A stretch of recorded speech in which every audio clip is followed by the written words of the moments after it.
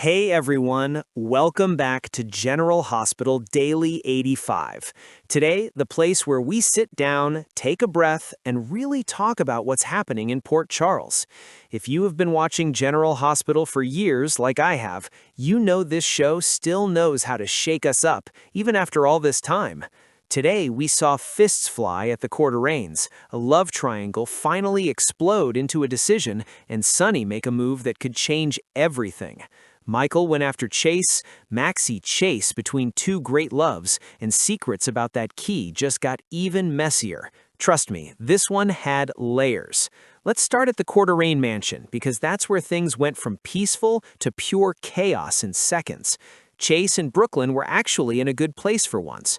Alex's had just told them that yes, they'll have to restart the adoption process, but she also reminded them of something important.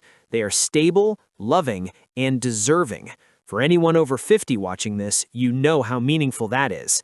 Adoption isn't just paperwork. It's heart, it's patience, it's starting over when you don't want to. But before they could even process that, the door bursts open and in storms Michael. And not calm Michael, not corporate Michael, furious Michael. He accuses Chase of planting a key to Drew's house on his key ring. Think about that for a second. That's not the suspicion, that's sabotage. And when a man feels like someone is framing him, especially when his child is involved, all bets are off. That the shouting quickly turns physical. These two men don't just disagree, they explode. It's raw, it's messy, and honestly, it felt real to grown men who both believe they're right. Dante rushes in and breaks it up, but the damage is done. Michael makes it clear he's tired of Chase trying to pin Drew's shooting on him, and then he drops the bomb. Willie saw Chase with the keys. Now, here's where it gets interesting. At the PCPD, the case against Michael is already falling apart. Rick brings up the fact that Willow saw Chase with the keys, missing traffic cam footage, questionable procedures. Justin is furious. She tells Dante to get his department in order. One more mistakes, and heads will roll. If you have ever worked in an organization where one bad decision can affect everyone, you understand the tension. The credibility of the entire department is on the line, and Rick, he tells Michael to stay away from Chase. That alone tells me Rick knows that this situation is radioactive. And here's the twist that hit me hardest. Later, when Willie can't sleep at Drew's place, scared, wanting his old bed in his dad's house, Willow confronts him. She reads to him, she reassures him, and as she drifts off, we see something that changes everything. Willow remembers putting the key on Michael's keyring, not Chase. Willow. That's the kind of quiet reveal that makes longtime viewers sit up straight, because now we're not just talking about a frame job, we're talking about hidden motives. Why did she do it? Was she protecting someone? Was she desperate? Meanwhile, over at Maxie's place, we have a completely different kind of emotional storm brewing. Lulu finds Spinelli deep in thought, and their conversation is gentle but heavy. Spinelli knows Maxie loves him, but he also knows her history with Nathan runs deep. Let's pause here. When Maxie Jones loved Nathan West, it wasn't casual, it was epic. He was her hero. He died protecting others. That kind of love leaves a mark. But Spinelli, sweet, loyal, dummy and Spinelli, he doesn't want her to choose him out of guilt or obligation. He says something powerful. The only thing worse than losing her would be her staying with him out of duty. That's maturity. That's growth. Then come the symmetry scene. Maxie reunites with Nathan. He remembers being shot by Faison. He remembers darkness. And suddenly, 7 years ago, gone. For longtime fans, the callback of Caesar Faison ties everything back to some of the show's most dramatic years. Maxie talks about her grief, how it clouded her judgment, how she didn't see Peter clearly, how she rebuilt her life. She's honest. She's vulnerable. Nathan tells her to take her time, but she doesn't.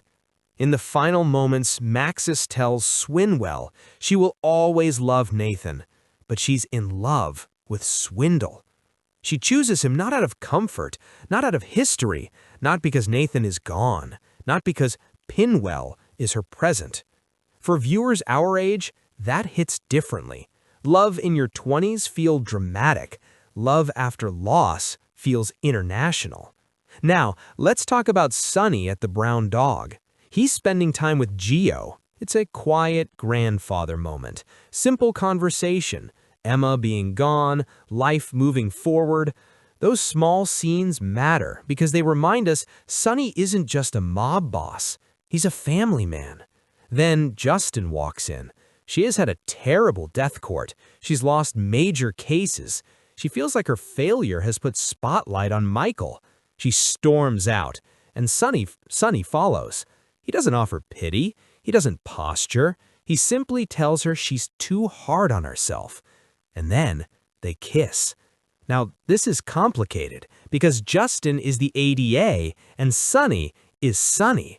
If feelings get involved, professional lines blur fast, and Jordan is already starting to notice. Over in Alex's office, Rick tries to convince her he's changed. He admits something honest. If he disappeared tomorrow, only Molly would truly care. He's realizing that grudges have cost him years. Whether we believe him or not, the self-awareness is new. And speaking of change, let's address the elephant in the room. Is Chase about to lose everything? He's already been suspended. His investigation methods have been questioned. Brooklyn is starting to wonder if this obsession with Michael is worth risking the adoption, their home, their future. Rumors are swifting about whether Josh Swickard might exit. Nothing confirmed, but story-wise, Chase is boxed into a corner. If he loses his badge and Brooklyn's trust, what's left? Could he leave Port Charles? Maybe head to Swindle with his brother? We've seen it before. Characters unravel before they're revealed. If Willow put the key on Michael's ring, what is really hiding? And who's she protecting? Can she save his career and his marriage? Or has his admission gone too far? Will Sonny and Justin's kiss change the legal game in Port Charles? That's what makes General Hospital so powerful, even after all these years. It isn't just about crime or romance. It's about choices, pride, regret, second chances. If you have been watching since like Luke and Laura days, or you joined somewhere in the middle, you know Port Charles never says calm for long. Let me know in the comments, are you Team Swindle? Do you think Chase planted the key? And should Sonny be getting involved with the ADA? Don't forget to like, subscribe, and share this. Share this with your fellow GH fans. Next time, things heat up even more. Jason senses a growing danger. Licorice may know too much. Swinwell tests Marco's loyalty, and Jordan starts asking serious questions about Sonny and Justin.